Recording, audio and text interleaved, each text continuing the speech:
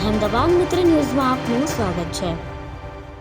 શહેરમાં જર્જરિત અને જોખમી બિલ્ડિંગો સામે રાજકોટ મહાનગરપાલિકા દ્વારા કડક ઝુંબેશ હાથ ધરવામાં આવી છે, જે અંતર્ગત શહેરના ભગતસિંહ ગાર્ડન નજીક આવેલા હાઉસિંગ બોર્ડના અત્યંત જર્જરિત ક્વાર્ટરોને ખાલી કરવા માટે તંત્ર દ્વારા અગાઉ નોટિસ ફટકારવામાં આવી હતી।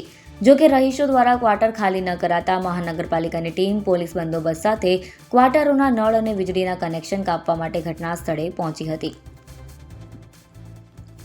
આરએમસીની આ કડક કાર્યવાહીને પગલે સ્થાનિકોમાં ભારે આક્રોશ ફાટી નીકળ્યો હતો અને જોતજોતામાં લોકોનું મોટું ટોળું એકત્ર થઈ ગયું હતું। કનેક્શન કાપવાની કામગીરી દરમિયાન હૃદયદ્રાવક અને હાઈ વોલ્ટેજ ડ્રામા જોવા મળ્યો હતો। મહાનગરપાલિકા કર્મચારીઓ જ્યારે નળનું કનેક્શન કાપવા માટે ખાડો ખોદી રહ્યા હતા, ત્યારે ક્વાર્ટરમાં રહેતા એક સ્થાનિક વૃદ્ધ ભારે આક્રોશ સાથે એ જ ખાડામાં અંદર સૂઈ ગયા હતા। વૃદ્ધે ખાડામાં સૂઈ જઈ તંત્રની આકરી કાર્યવાહીનો સખત વિરોધ કર્યો હતો, જેને પગલે થોડીવાર માટે તો અફરાતફરીનો માહોલ સર્જાયો હતો। સ્થાનિકોનો આક્ષેપ હતો કે ચોમાસાની ઋતુ નજીક હોય ત્યારે વૈકલ્પિક વ્યવસ્થા વગર કનેક્શન કાપવા તે અન્યાય છે। ઘટના સ્થળે ભારે વિરોધ પ્રદર્શન કર્યા બાદ ભગતસિંહ ગાર્ડન નજીકના હાઉસિંગ બોર્ડના આક્રોશિત રહીશોનું આખું ટોળું સીધું જ રાજકોટ મહાનગરપાલિકાની સેન્ટ્રલ ઓફિસ ખાતે દોડી ગયું। રહીશોએ મનપા કચેરી ખાતે પહોંચી રાજકોટના મેયર નેહલ શુક્લ સમક્ષ રૂબરૂ રજૂઆત કરી તેમણે મેયરને પોતાની આર્થિક પરિસ્થિતિ અને મુશ્કેલીઓથી વાકેફ કર્યા। એટલે અત્યારે ત્યાંના રહેવાસીઓનો એવો મને સવારે ફોન આવેલ કે ભાઈ અમારા નળ કનેક્શન કાપી નાખે છે, અને સ્વાભાવિકપણે અહીંયા ચૂંટાયેલી પાંખને આ કોઈ ઘટના કે જે કંઈ કાર્યવાહી થવાની હતી એની માહિતી ન હતી, અને ચોમાસામાં આવી રીતે નળ કનેક્શન કાપવામાં આવે તો લોકોને પણ મુશ્કેલી થાય, એટલે તુરંત ત્યારે કાર્યવાહી અટકાવવાનો આદેશ આપ્યો છે।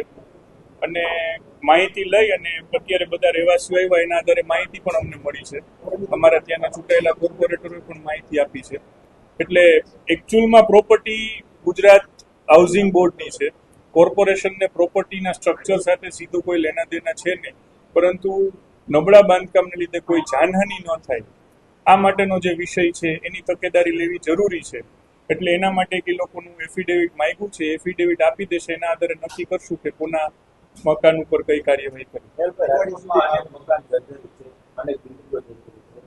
તમામ જગ્યાએ આ પ્રકારે નળ કનેક્શન, લાઇટ કનેક્શન કાપવાની સૂચનાઓ આપના દ્વારા અમારી ચૂંટાયેલી પાંખ દ્વારા દરેક સૂચના નથી અપાતી હોતી, કારણ કે એડમિનિસ્ટ્રેટિવ પાંખ એની રીતે આકલન કરીને કામ કરતી હોય છે।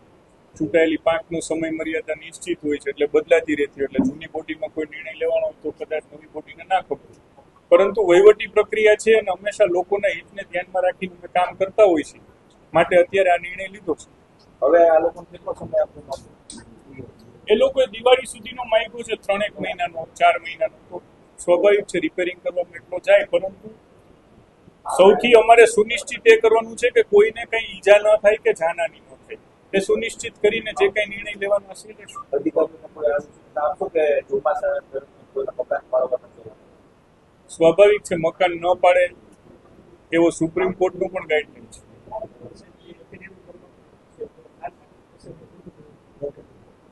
એફિડેવિટ ધારકની કોર્પોરેશનની બનતી હોય તો કોર્પોરેશનની થાય। અમારો પ્રશ્ન એ છે કે આવા જર્જરિત મકાન બધી 3000 કરતા વધુ હશે રાજકોટ, તો તમામના નળ કનેક્શન કાપશો, તમામના વીજ કનેક્શન કાપશો કે પછી અધિકારીઓ પોતાની મનમાની ચલાવી છે? કેમ કે આ પ્રકારે હિંગળાજનગર પછી અત્યારે આ બીજી સોસાયટી આ તો ચાલુ જ રહેવાનું છે। પ્રી મોન્સૂન કાર્યવાહીમાં એક ભયજનક જે ઢાંચો હોય છે એને પાળવાની એક ગવર્મેન્ટની ગાઈડલાઈન છે, કે જેના લીધે લોકોને જાનહાનિ ન થાય, કારણ કે વરસાદ પડે તો એ પાણી પાયામાં ઘૂસે કે બીજું ત્રીજું ટેકનિકલ ફોલ્ટ આવે તો મકાન આપોઆપ ધસી જતું હોય છે। આની જે ગાઈડલાઈન છે એના અનુસાર જ કોર્પોરેશનના કર્મચારીઓ કાર્યવાહી કરતા હોય છે। ગાઈડલાઈન વિરુદ્ધની કોઈ કાર્યવાહી કરી હોય એવું ધ્યાનમાં આવેલ નથી।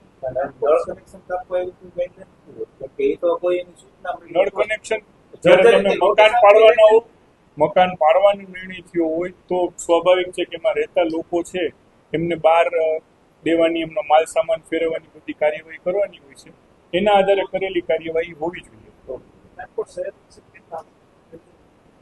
એક્ઝેક્ટ માહિતી નથી મારી પાસે, પરંતુ પ્રી મોન્સૂન કાર્યવાહી જે થતી હોય છે એમાં વિભાગે નોટિસ આપી હોય એના આધારે માહિતી મળે।